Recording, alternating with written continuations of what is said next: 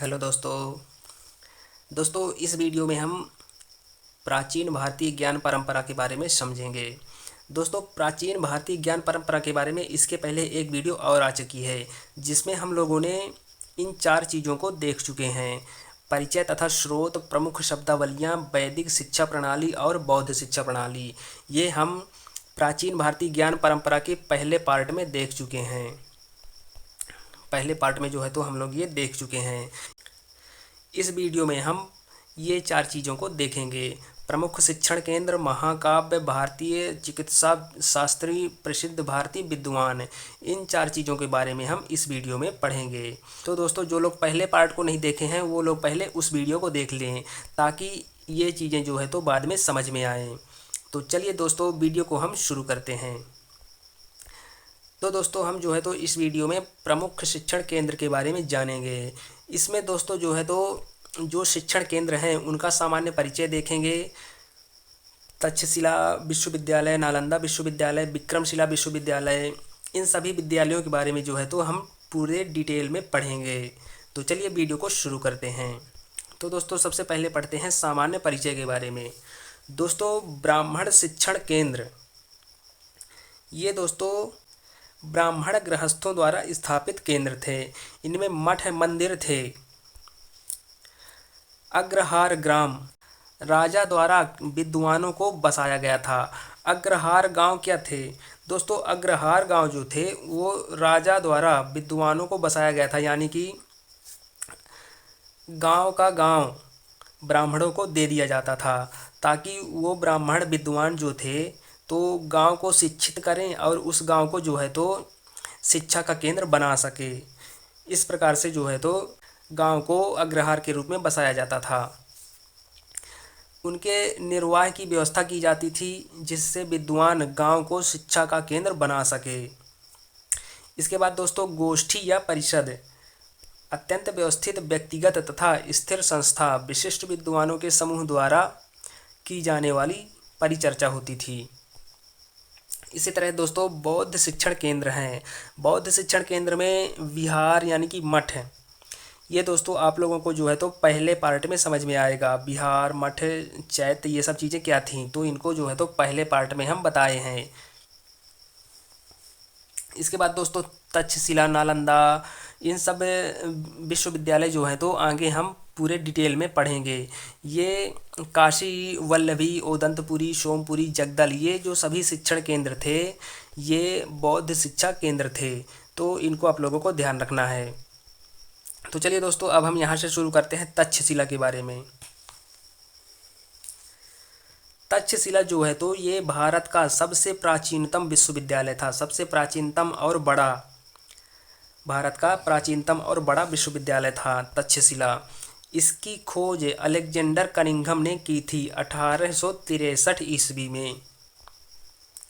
दोस्तों तक्षशिला जो है तो अभी प्रेजेंट टाइम में यानी कि वर्तमान में पाकिस्तान के पंजाब प्रांत के रावलपिंडी ज़िले के सिंधु चेनाब दोआब में स्थित है, यानी कि सिंधु और चेनाब नदी के संगम पर स्थित है, संगम के साइड में स्थित है। प्राचीन काल में गांधार देश की राजधानी थी तक्षशिला। तक्षशिला जो है तो प्राचीन काल में गांधार देश की राजधानी थी। मौर्य काल में उत्तरापथ की राजधानी थी। तक्षशिला जो है तो मौर्य काल में उत्तरापथ की राजधानी थी और प्राचीन काल में जो है तो गांधार देश की राजधानी थी। तो इन फैक्ट्स को जो है तो आप लोगों को अच्छी तरीके से ध्यान रखना है। दोस्तों तक्षशिला जो है तो इसमें 60 से अधिक विषय थे। बौद्ध ग्रंथों के अनुसार धनुर्विद्या एवं चिकित्सा शास्त्र की शिक्षा हेतु तक्षशिला सबसे ज़्यादा प्रसिद्ध था। धनुर्विद्या एवं चिकित्सा शास्त्र के लिए तक्षशिला जो है तो बहुत ही ज़्यादा फेमस था, प्रसिद्ध था। अश्वघोष के अनुसार तक्षशिला में नेत्र चिकित्सा की जाती थी। अश्वघोष के अनुसार तक्षशिला में नेत्र चिकित्सा जो है तो की जाती थी। तक्षशिला से शिक्षा प्राप्त विद्वान जीवक थे। जीवक दोस्तों आप लोगों को पता होगा बिंबिसार के राज वैद्य थे। ये बाल रोग विशेषज्ञ थे। जीवक कौन थे? बिंबिसार के राज वैद्य थे और इसके साथ ये बाल रोग विशेषज्ञ थे। चरक, ये कनिष्क के राज वैद्य थे।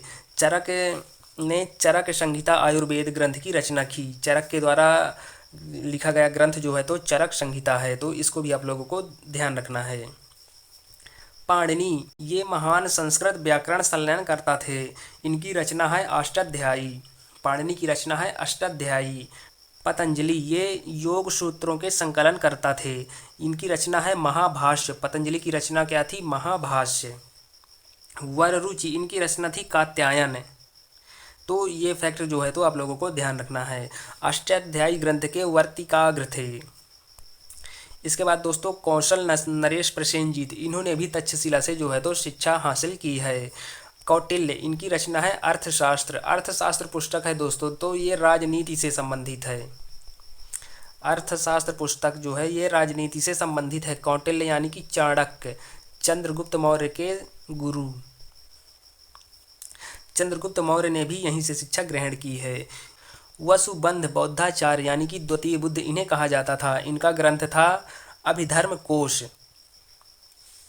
दोस्तों ये था तक्षशिला। इस प्रकार का अभी हो गया है प्रेजेंट टाइम में तक्षशिला उस समय का। अब दोस्तों पढ़ते हैं हम नालंदा विश्वविद्यालय के बारे में। दोस्तों नालंदा विश्वविद्यालय जो था ये विश्व का पहला आवासीय विश्वविद्यालय था। आवासीय विश्वविद्यालय यानी कि महाविहार। आवासीय विश्वविद्यालय को महाविहार कहते हैं। तो दोस्तों विश्व का ये आवासीय विश्वविद्यालय था, यानी कि यहाँ रहकर लोग शिक्षा ग्रहण कर सकते थे। इसकी स्थापना गुप्त शासक कुमार गुप्त ने की थी। नालंदा विश्वविद्यालय की स्थापना कुमार गुप्त ने की थी। केंद्र जो है तो बौद्ध महायान शाखा का था। भाषा यहाँ पाली थी। यहाँ वेद, धातु विद्या, तंत्र विद्या, शब्द विद्या, शाल्य विद्या, योग शास्त्र, दर्शन, व्याकरण आदि जैसे सब्जेक्टों को यानी कि विषयों को पढ़ाया जाता था। चौथी शताब्दी में भारत आए चीनी यात्री फाहियान। फाहियान की रचना थी फोक्यू की। ये फाहियान की पुस्तक थी। इसमें जो है तो इसने नालंदा विश्वविद्यालय का उल्लेख नहीं किया। इस लाइन को आप लोगों को ध्यान रखना है, उल्लेख नहीं किया। फाहियान अपनी पुस्तक फोक्यू में नालंदा विश्वविद्यालय का किसी भी तरह से कोई जिक्र नहीं किया। 7वीं शताब्दी में भारत आए चीनी यात्री हेनसांग। हेनसांग की पुस्तक थी सीयू की। इसमें हेनसांग ने 18 महीने रहकर महायान शाखा एवं योग सूत्र का अध्ययन किया। नालंदा विश्वविद्यालय में रहकर हेनसांग ने 18 महीने तक महायान शाखा एवं योग सूत्र योग शास्त्र का अध्ययन किया था। हेनसांग की पुस्तक थी सीयू की। हेनसांग वह विदेशी यात्री था जिसने कुमारगुप्त प्रथम को शक्रादित्य के नाम से उल्लिखित किया। तो ये फैक्ट आप लोगों को ध्यान रखना है। शक्रादित्य के नाम से कुमारगुप्त को किसने कहा था? तो हेनसांग था। इसके बाद है दोस्तों यहाँ के प्रसिद्ध आचार्य। नालंदा विश्वविद्यालय के प्रसिद्ध आचार्य थे धर्मपाल, शीलभद्र, चंद्रपाल, गुणमती, स्थिरमती, प्रभामित्र, जिनमित्र, ज्ञानचंद्र, नागार्जुन, वसुबंधु, असंग, धर्मकीर्ति, चंद्रकीर्ति, वीरदेव, शांतरक्षित, पदसंभव और राहुल मित्र। ये सब यहाँ के प्रसिद्ध आचार्य थे, पढ़ाने वाले गुरु शिक्षक। अवस्थिति प्रेजेंट टाइम में जो है तो दोस्तों ये नालंदा जिला बिहार राजगिरी जगह में स्थित है। राजगीर जगह में स्थित है बिहार में। महायान शाखा का इसे ऑक्सफोर्ड कहा जाता था। जैसे अमेरिका की ऑक्सफोर्ड यूनिवर्सिटी सबसे फेमस है, विश्व में पूरे फेमस है, इसी तरह नालंदा विश्वविद्यालय प्राचीन समय में फेमस था। इसके बाद दोस्तों बख्तियार खिलजी ने नालंदा विश्वविद्यालय पर आक्रमण कर पुस्तकालय में आग लगा दी। इस तरह के ये बकलोल लोग थे। भारत की पूरी संस्कृति जो है तो जलाकर नष्ट कर दी गई। कहते हैं ये पुस्तकालय जो है तो कई महीनों तक जलता रहा था। इतनी पुस्तकें थी, इतनी जो है तो इसमें सांस्कृतिक पुस्तकों को रखा गया था। भारत की संस्कृति को जो है तो संजो के रखा गया था इस पुस्तकालय में, लेकिन इस बकलोल ने सब कुछ नष्ट करके रख दिया। ये पुस्तकालय जो है तो कई महीनों तक जलता रहा था। इस प्रकार जो है तो दोस्तों अंतर्राष्ट्रीय ख्याति प्राप्त महाविहार का जो है तो दुखद अंत हो गया। प्रसिद्ध विद्वान जिन्होंने शिक्षा प्राप्त की थी उनका नाम है दोस्तों नागार्जुन और आर्यभट्ट। ऐसे लोग यहाँ से शिक्षा प्राप्त किए थे। इस पुस्तकालय को इसने जला के राख कर दिया, वरना भारत की संस्कृति आज कहाँ से कहाँ पहुँच जाती। दोस्तों प्रधानमंत्री नरेंद्र मोदी ने 19 जून 2024 को नालंदा विश्वविद्यालय के नए परिसर का उद्घाटन किया है। दोस्तों ये था नालंदा विश्वविद्यालय जिसको जलाकर राख कर दिया। ये था नालंदा विश्वविद्यालय। ये है दोस्तों नया नालंदा विश्वविद्यालय, इस प्रकार से, जिसका उद्घाटन नरेंद्र मोदी ने 19 जून 2024 को किया है। ये है प्रवेश द्वार नालंदा यूनिवर्सिटी। अब दोस्तों हम पढ़ते हैं विक्रमशिला के बारे में। दोस्तों पूर्व नियोजित या आवासीय महाविहार, पूर्व नियोजित व आवासीय महाविहार यानी कि पहले से ही इसमें आवासीय यानी कि रहने की व्यवस्था थी। बौद्ध धर्म की महायान शाखा से ये विक्रमशिला जो है तो संबंधित था। अवस्थित यानी कि इसका स्थान जो है तो वर्तमान बिहार के भागलपुर जिले में है। इसकी स्थापना 8वीं-9वीं शताब्दी के आसपास बंगाल के शासक पाल वंशीय शासक जो है तो धर्मपाल ने की थी। अन्य नाम इसका शिला संगम है। यहाँ पर विषय जो है तो विक्रमशिला में विषय व्याकरण, तर्कशक्ति, दर्शन शास्त्र, न्याय, कला, आयुर्वेद, तंत्र शास्त्र, वेद, उपनिषद को पढ़ाया जाता था।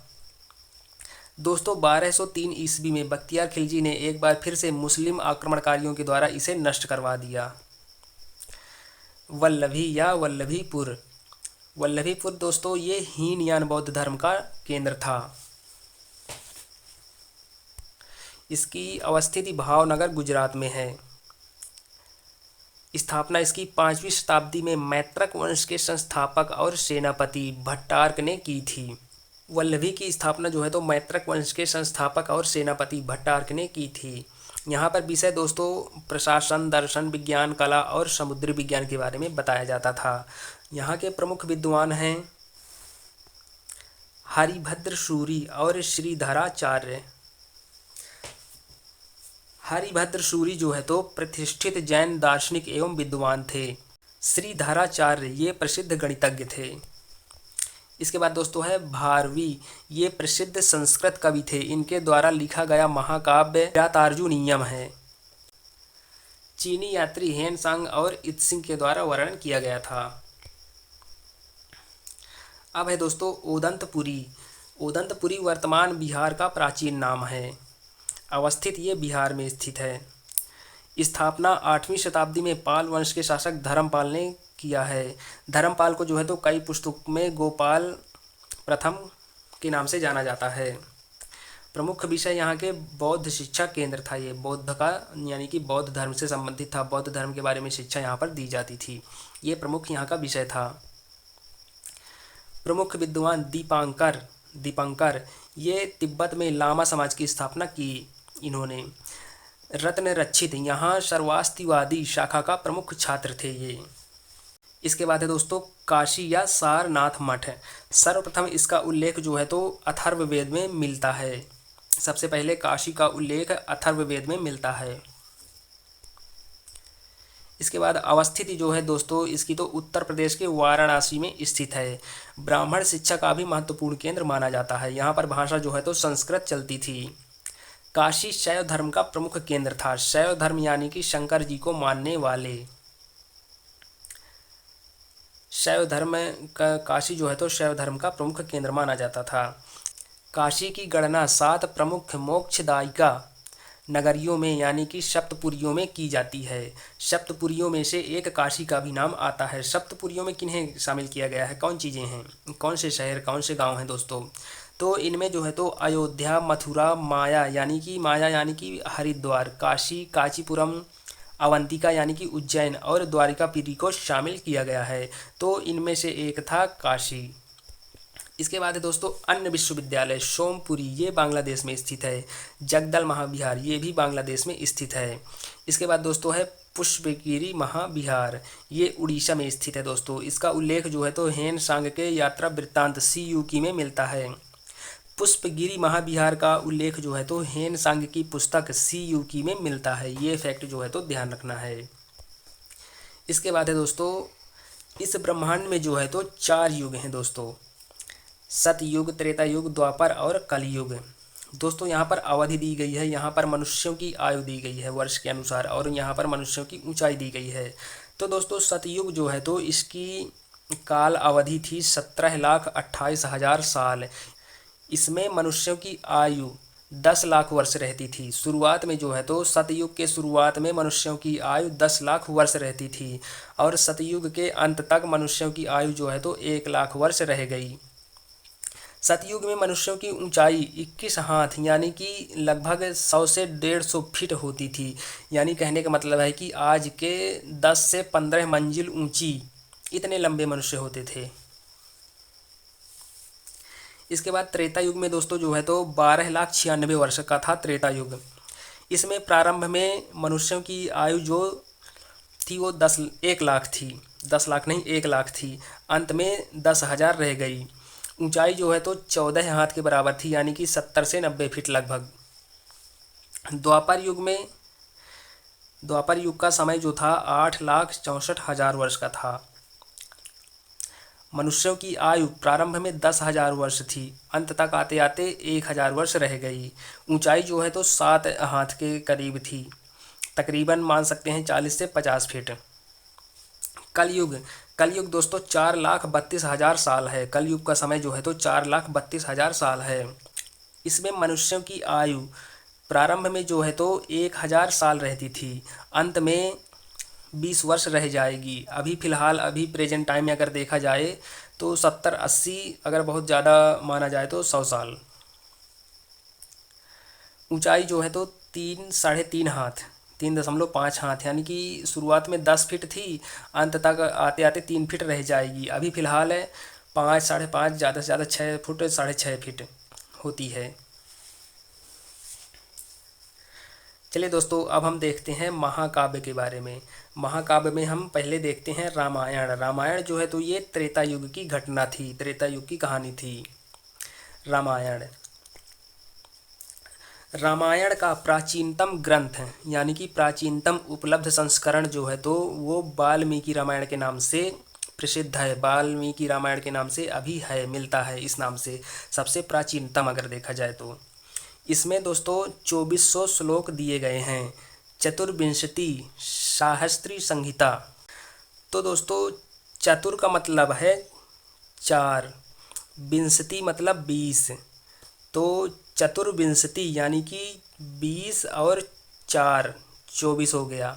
सहस्त्री यानी कि 1000, और संहिता मतलब है श्लोक। तो दोस्तों चतुर्विंशति सहस्त्री संहिता, इसका मतलब हो गया कि 24,000 श्लोक। रामायण में 24,000 श्लोक दिए गए हैं। रामायण में दोस्तों 7 कांड दर्शाए गए हैं। बाल कांड, अयोध्या कांड, आरण्य कांड, सुंदर कांड, किष्किंधा कांड, लंका कांड और उत्तर कांड हैं।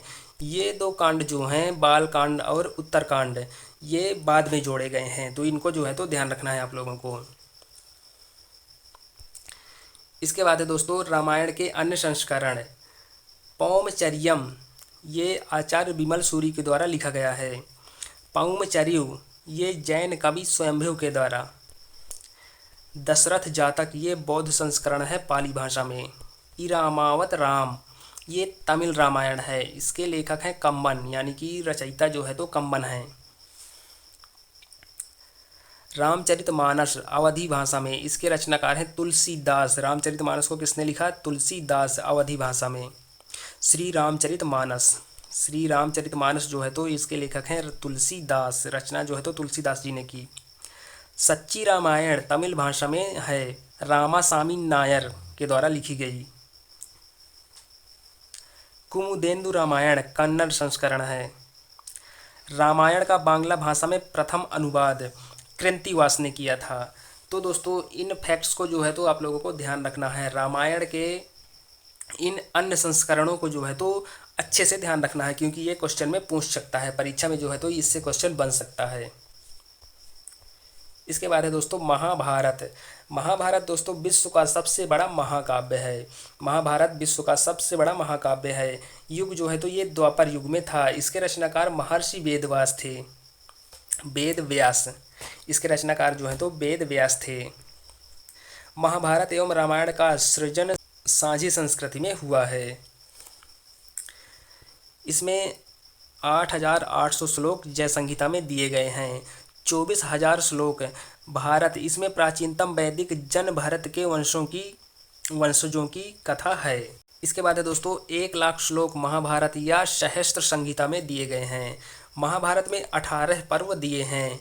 भगवत गीता, श्रीमद् भगवत गीता महाभारत के भीष्म पर्व के 6वें भाग में है। गीता में 18 अध्याय हैं। कर्म ज्ञान भक्ति का संगम दिया गया है। सर्वप्रथम अवतारवाद का उल्लेख किया गया है। भारतम कवि पेरुन देव नार के द्वारा लिखी गई है तमिल भाषा में।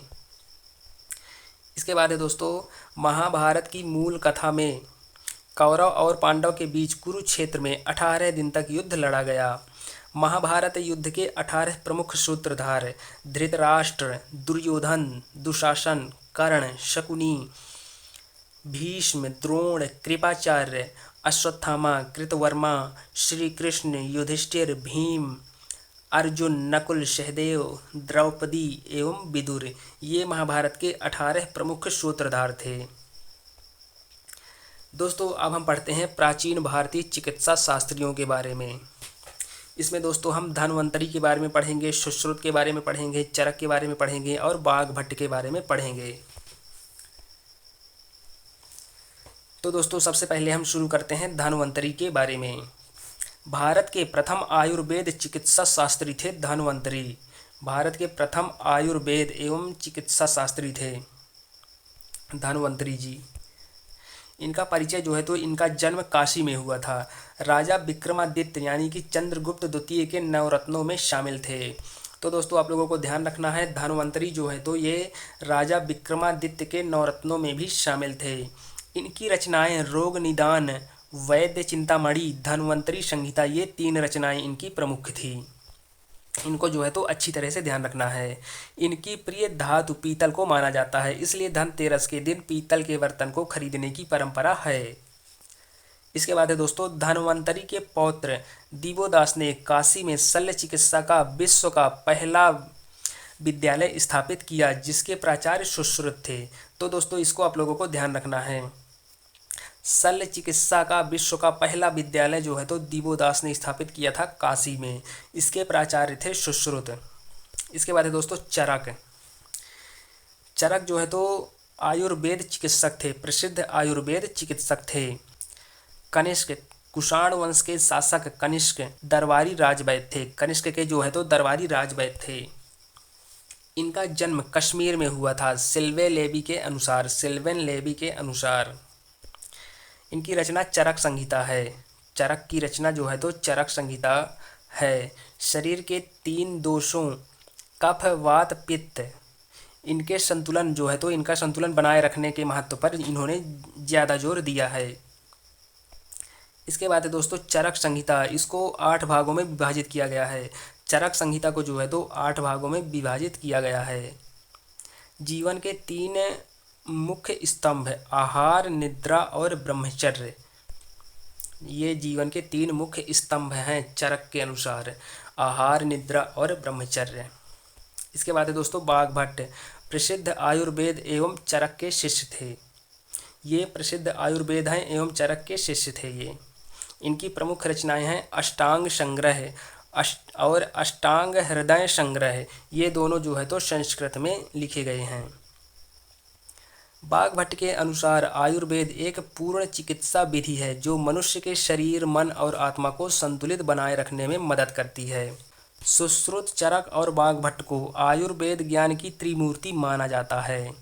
सुश्रुत, चरक और बाघभट्ट को आयुर्वेद ज्ञान की त्रिमूर्ति माना जाता है। अब है दोस्तों सुश्रुत। प्राचीन भारत के महान शल्य चिकित्सक थे, यानी कि सर्जन भी थे ये। शल्य चिकित्सक और सर्जन थे। प्राथमिक प्लास्टिक सर्जन यानी कि प्लास्टिक सर्जरी, सबसे पहले नाक की सर्जरी इनके द्वारा की गई थी। प्राचीन भारत में जब कुछ भी नहीं था, कोई भी टेक्नोलॉजी नहीं थी, कुछ नहीं था, उस ज़माने में, उस समय इन्होंने नाक की सर्जरी की थी, प्लास्टिक सर्जरी की थी। इनका जन्म वाराणसी 6वीं शताब्दी ईसा पूर्व हुआ था।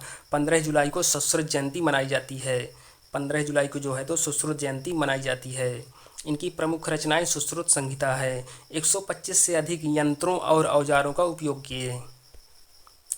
300 से अधिक शल्य चिकित्सा प्रक्रियाओं जैसे मोतियाबिंद हटाने, पथरी हटाने विधियों का वर्णन किया है।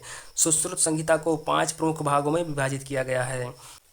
पहला हो गया सूत्र स्थान, चिकित्सा विज्ञान और औषध विज्ञान के मूल सिद्धांतों से संबंधित प्राथमिक विज्ञान। दूसरा है निदान, यह रोगात्मक अवधारणाओं से संबंधित है।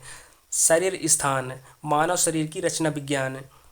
चिकित्सा स्थानम, चिकित्सा और शल्य चिकित्सा प्रबंधन से संबंधित है। कल्प स्थानम, विष विज्ञान से भी ये संबंधित है। इसके बाद दोस्तों अब हम पढ़ते हैं प्रसिद्ध भारतीय विद्वानों के बारे में। कौन कौन से भारतीय विद्वान थे प्रसिद्ध भारतीय विद्वान?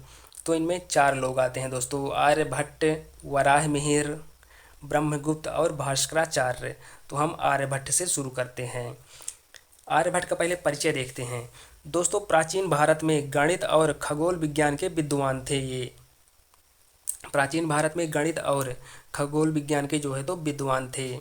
इनकी पुस्तकें आर्यभट्टीयम और आर्य सिद्धांत हैं। खगोल विज्ञान में आर्यभट्ट का क्या योगदान था? दोस्तों आर्यभट्ट की खगोल विज्ञान प्रणाली को ओदयक प्रणाली कहा जाता था। घूर्णन का सिद्धांत इन्होंने दिया था। पृथ्वी सूर्य के चारों ओर घूमती है और चंद्रमा पृथ्वी के चारों ओर घूमता है। पृथ्वी अपनी धुरी पर पश्चिम से पूरब की ओर घूमती है, ये इन्होंने ही बताया था। पृथ्वी जो है तो पूरब से पश्चिम की ओर घूमती है, ये पृथ्वी हो गई। तो पृथ्वी जो है तो ऐसे घूमती है इधर की ओर। ग्रहण, चंद्र ग्रहण और सूर्य ग्रहण के बारे में इन्होंने ही बताया था। आर्यभट्टीयम में उन्होंने छाया का विचार प्रस्तुत किया। तो दोस्तों चंद्र ग्रहण तब होता है जब पृथ्वी की छाया चंद्रमा पर पड़ती है। जैसे ये अपनी पृथ्वी हो गई और इधर चंद्रमा हो गया और इधर जो है तो सूर्य हो गया। तो इधर से अगर प्रकाश ऐसे जाएगा तो ये पृथ्वी की छाया जो है तो इस चंद्रमा पर पड़ेगी, तो चंद्र ग्रहण होगा। चंद्र ग्रहण तब होता है जब सूर्य की छाया चंद्रमा पर पड़ती है। इस दौरान सूर्य, पृथ्वी और चंद्रमा तीनों ये जो है तो एक सीध में होते हैं। और दोस्तों इसी तरह जो है तो सूर्य ग्रहण होता है। इधर सूर्य हो गया, सूर्य ग्रहण में चंद्रमा बीच में आ जाता है, पृथ्वी पीछे हो जाती है। यानी कि चंद्रमा की छाया जब पृथ्वी पर पड़ती है तो सूर्य ग्रहण होता है, और पृथ्वी की छाया जब चंद्रमा पर पड़ती है तो चंद्र ग्रहण होता है। इस तरह से जब सूर्य ग्रहण और चंद्र ग्रहण होता है तो ये तीनों एकदम एक दूसरे के बिल्कुल सीध में होते हैं। तो ये फैक्ट आप लोगों को ध्यान रखना है। इसके बाद दोस्तों पृथ्वी की परिधि, पृथ्वी की परिधि जो है तो सबसे पहले इन्होंने ही नापा था, बिना किसी यंत्र के, बिना किसी तंत्र के। 39,968 किलोमीटर थी इनके नापने पर, और आज आधुनिक वैज्ञानिकों के गणना के अनुसार 42,072 किलोमीटर है। तो दोस्तों इसमें कुछ ज़्यादा अंतर नहीं है, इन्होंने एकदम सही बताया था। गणित में आर्यभट्ट का योगदान क्या था? दोस्तों दशमलव प्रणाली विकसित की इन्होंने, दशमलव प्रणाली का आविष्कार किया और शून्य को जो है तो प्लेस होल्डर के रूप में इस्तेमाल किया। तो दोस्तों इस तरह से आप लोग समझ सकते हैं कि आर्यभट्ट कितने महान ज्ञानी थे। जब कुछ भी नहीं था तब उन्होंने पृथ्वी की परिधि नाप दी, दशमलव प्रणाली पद्धति का आविष्कार कर दिया, शून्य की खोज कर दी।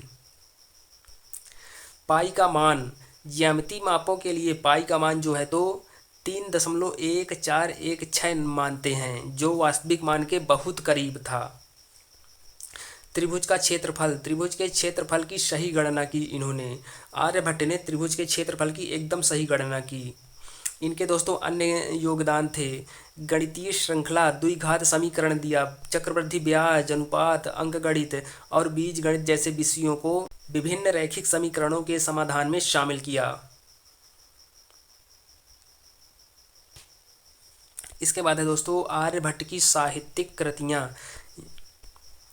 आर्य सिद्धांत यह खगोलीय गणना से संबंधित है और इसमें शंकु यंत्र, छाया यंत्र, छत्र यंत्र आदि जैसे कई खगोलीय उपकरणों का विवरण जो है तो दिया गया है। आर्यभट्टीयम यह गणित और खगोल विज्ञान पर एक विस्तृत पाठ है। तो दोस्तों ध्यान रखना है आप लोग, आर्यभट्टीयम जो है तो ये गणित और खगोल विज्ञान से संबंधित है। इसके बाद दोस्तों हम वराहमिहिर के बारे में देखते हैं। प्राचीन भारत में खगोल विज्ञान, गणित और ज्योतिष के अग्रणी थे, जिनका जन्म 6वीं शताब्दी के पूर्वार्ध में उज्जैन में हुआ था। चंद्रगुप्त द्वितीय के नवरत्नों में से एक थे वराहमिहिर जी। इनकी पुस्तकें पोलिश सिद्धांत, रोमक सिद्धांत, वशिष्ठ सिद्धांत, सूर्य सिद्धांत, पितामह सिद्धांत जैसी पुस्तकें इन्होंने जो है तो लिखी। इनका योगदान आर्यभट्ट की साइन तालिकाओं की सटीकता में सुधार किया, शून्य और ऋणात्मक संख्याओं के बीजीय गुणों को परिभाषित किया, संस्कृत भाषा और काव्यात्मक लय पर उनकी पकड़ उन्हें खुद को एक विशिष्ट तरीके से व्यक्त करने की अनुमति दी। इनके अनुसार विश्व प्रतिवर्ष 50.32 चाप सेकंड में बदलता है, जिन्होंने इसे सबसे पहले नोट किया था। वराहमिहिर की साहित्यिक कृतियाँ बृहद संहिता, वास्तुकला, ग्रहों की गति, ग्रहण, ज्योतिष, ऋतुएं, वर्षा, कृषि, गणित, सुगंध और कई अन्य विषयों पर विस्तृत अध्ययन किया। पंच सिद्धांतिका 6वीं शताब्दी में रचित संस्कृत भाषा का ग्रंथ है, जिसे ज्योतिष खगोल शास्त्री वराहमिहिर ने उज्जैन में लिखा था। इसके बाद है दोस्तों ब्रह्मगुप्त। अब हम देखते हैं ब्रह्मगुप्त के बारे में। इनका परिचय दोस्तों भारतीय खगोल शास्त्री और गणितज्ञ थे। ऐसा माना जाता था कि इनका निधन जो है तो उज्जैन में हुआ था। इनकी पुस्तकें खंड खाद्यक और ब्रह्म स्फुट सिद्धांत, ये 2 पुस्तकें इनकी थी। योगदान ऋणात्मक संख्याओं और शून्य के साथ संचालन के नियमों की व्याख्या की, जो अंकगणित में एक बड़ी सफलता है। कुछ निर्धारित समीकरणों और द्विघात समीकरणों को हल करने के लिए व्युत्पन्न विधियां बनाई। अवशिष्ट गणित के विकास के लिए एक आधार प्रदान किया, जो आधुनिक संख्या पद्धति का अग्रदूत है। साहित्यिक कार्य ब्रह्मस्फुट सिद्धांत, ब्रह्मगुप्त का प्राथमिक कार्य, जिनकी रचना 628 ईस्वी में या उसके आसपास की गई थी। गणितीय सामग्री जैसे शून्य के कार्य की स्पष्ट समझ, चंद्र और सूर्य ग्रहण, खंड काद्यक, ग्रहणार्क ज्ञान, इस तरह की प्रणालियों में इन्होंने अपना जो है तो योगदान दिया था। तो इन फैक्ट्स को आप लोगों को ध्यान रखना है। इसके बाद है दोस्तों भास्कराचार्य। मध्यकालीन भारत में खगोल विज्ञान और गणित के अग्रणी थे, जो उज्जैन में एक ब्रह्मांडीय वेधशाला के प्रमुख थे। इनकी पुस्तकें कारण कुतूहल, सिद्धांत शिरोमणि, लीलावती बीजगणित। इनके योगदानों के बारे में जान लेते हैं। त्रिकोणमिति सूत्रों और कार्यों के लिए व्युत्पन्न गणनाएं की। लीलावती अनिर्धारित, द्विघात, घन और द्विघात समीकरणों के समाधान के लिए स्पष्टीकरण प्रदान किया। अति सूक्ष्म कलन का परिचय दिया। यस्ति यंत्र यानी कि धी यंत्र भास्कर द्वितीय द्वारा नियोजित एक माप उपकरण है। भास्कराचार्य की साहित्यिक कृतियाँ सिद्धांत शिरोमणि, भारतीय गणितज्ञ मुख्य कार्य, 1150 ईस्वी में संस्कृत में लिखा गया था। सिद्धांत शिरोमणि 4 खंडों में विभाजित है, जिनके शीर्षक हैं लीलावती, बीजगणित, ग्रहागीत और गोलाध्याय। ये इनके जो है तो सिद्धांत शिरोमणि के 4 शीर्षक हैं, 4 खंड हैं, 4 खंडों के ये शीर्षक हैं। लीलावती भारतीय गणितज्ञ भास्कर द्वारा 1150 ईस्वी में लिखा गया गणित पर ग्रंथ था। पुस्तक में 13 अध्याय हैं। लीलावती पुस्तक में 13 अध्याय दिए गए हैं, जो गणित शब्दों, ब्याज, गणना, ज्यामिति और अंकगणित से संबंधित है। तो दोस्तों इन सभी फैक्ट्स के बारे में जो है तो आप लोगों को ध्यान रखना है और अच्छी तरह से जो है तो रिवीजन करना है। तो दोस्तों जानकारी अच्छी लगी हो तो इस वीडियो को लाइक करें और चैनल को जो है तो सब्सक्राइब करें। दोस्तों रिवीजन के माध्यम से कोई भी चीज़ हो आप जो है तो लंबे समय तक याद रख सकते हैं। रिवीजन के माध्यम से किसी भी चीज़ को जो है तो लंबे समय तक याद रखा जा सकता है। तो दोस्तों आप लोग जो है तो रिवीजन करते रहिए। धन्यवाद।